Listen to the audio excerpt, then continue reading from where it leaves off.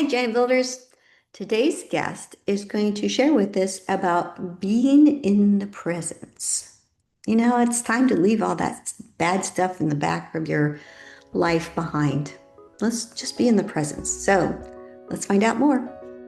Building spirituality, family, health, and business. This is the Giant Builders with Lois Wyant. Welcome, Giant Builders. I'm so glad that you're here. Today's guest is Elaine McCoogen. Hi, Elaine. How are you? I'm very well, thank you, Lois.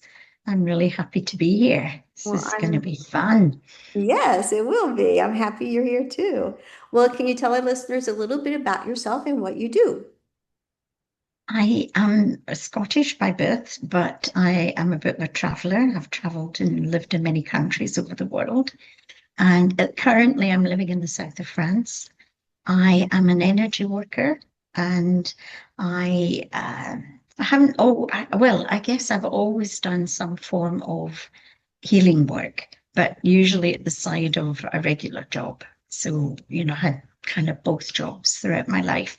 But over the last 15 years or so, I've been focusing more on energy work. And I trained with the Barbara Brennan School of Healing for 6 years and have been working with clients since about 2007, I think. Yeah. Oh, all right. Yeah, I really love it. I Great. just love that. All right. So expand on me. What does energy work mean?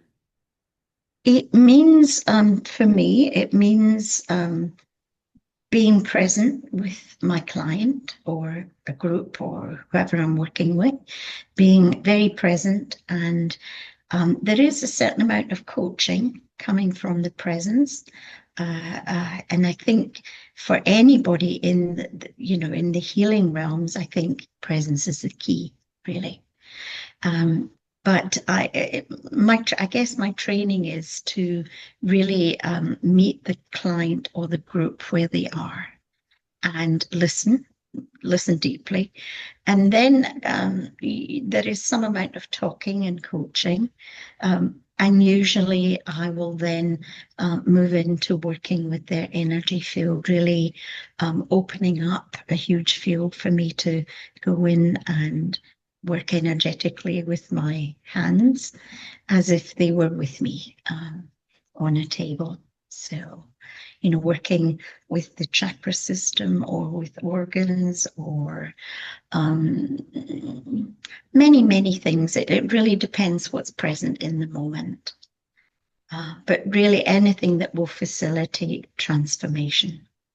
Okay. So who is the ideal person to seek out your services?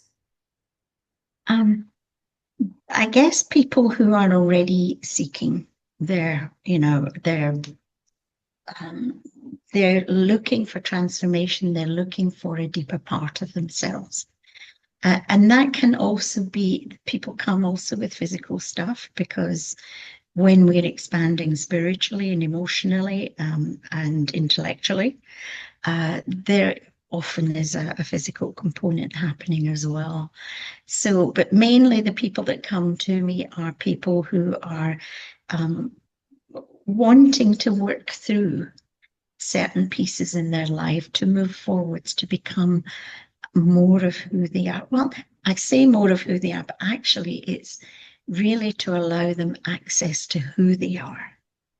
The more has always been there, but sometimes it takes us a little while to get to that place. And the more we open in ourselves, the more we have access to all of ourselves. Okay. So walk me through what would like a meeting look like with you? Usually I would send out a little form in advance, just to get some background, some medical background in case there's anything I need to know, to see where they are in themselves, what they're looking for, in coming to me. And then when we meet, it's a kind of getting to know each other energetically as well as face to face. on Zoom usually. My clients are all over the world, so mostly on Zoom. And really feeling into what is present for them, what wants to be brought into the healing field. And that can be many disparate pieces. But they all come in somehow, they all come into the field to be held. And sometimes there is a working through of a particular piece. Sometimes, and usually that has a knock-on effect on all the other pieces. And then my client will lie down, and we usually stay connected on Zoom or WhatsApp or whatever communication we're using. And I then enter their field energetically. I open up the space, I enter their field and ask, what's needed here. It's really, I'm going with what the person's body or their higher self, their bigger self, is wanting to tell me and work with in that moment. And that can, these days I find that people who have done a lot of their work, it's time for the new. I find very much that chakras are being replaced and upgraded. Whole systems, energetic systems are being upgraded because we're opening to the new so much in the world. And then we come back together. Once I've finished, we come back together and have a little kind of feedback session and see what happened for them and where they go from there. What pieces they can take away with them to work with. So what is something, I guess, common that somebody would like take away? What's something that they would continue doing once they've found this space? It could be creating a practice for themselves, whether that's a meditation practice or a physical exercise practice, or really sitting with a belief system that has come up that they can work through. And very much allowing the integration of the work because it can unfold over several weeks even. I guess, I hesitate to say a grounding practice because it feels for me in the moment that the more we're grounded in ourselves and just appreciating our bodies, we are already grounded. But that's, I guess, one of the main places to really cultivate presence and keep bringing oneself back to the present moment, which doesn't mean that we ignore what's happened in the past. But rather than being stuck in the past and being stuck in past issues, to keep bringing ourselves to this moment. What's here now? Do I need to hold on to this piece that's old and outdated? So a lot of it's really about paying attention, about witnessing, about really noticing what's happening within themselves. Is it hard to break that habit of like not going back to the past and staying in the present? Is that a hard habit to make? Some people, yes, some people no. It really depends how invested the person is in the issue Hmm. and how willing they are to move through. Uh,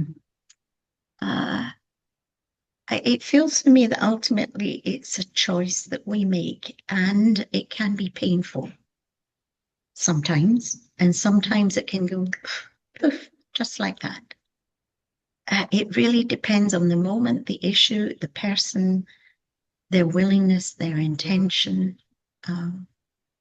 So, yeah, sorry, that's not a very clear answer, but That's as clear as it can be. So that's where it is. So that's great.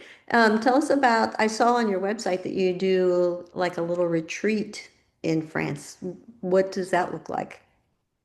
that looks like the one that's coming up in end of September. It's a 3-day retreat. I have done 5-day retreats before.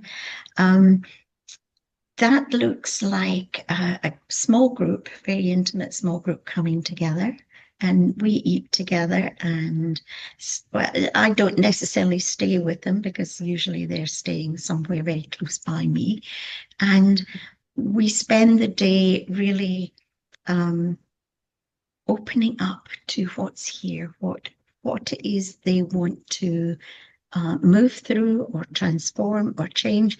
The one in September, the feels for me that the theme is around authenticity and really exploring where we are with our authenticity. For me, authenticity kind of equates to life force. The more authentic we can be in ourselves, the more our life force is running. We'll have more energy. So that will be the theme for, and we'll do that through meditation, through supporting each other in opening up. We may use some archetype cards to give us an entry point. And there's usually, I usually do group healings in the group. So I hold all of them together and do an energetic healing.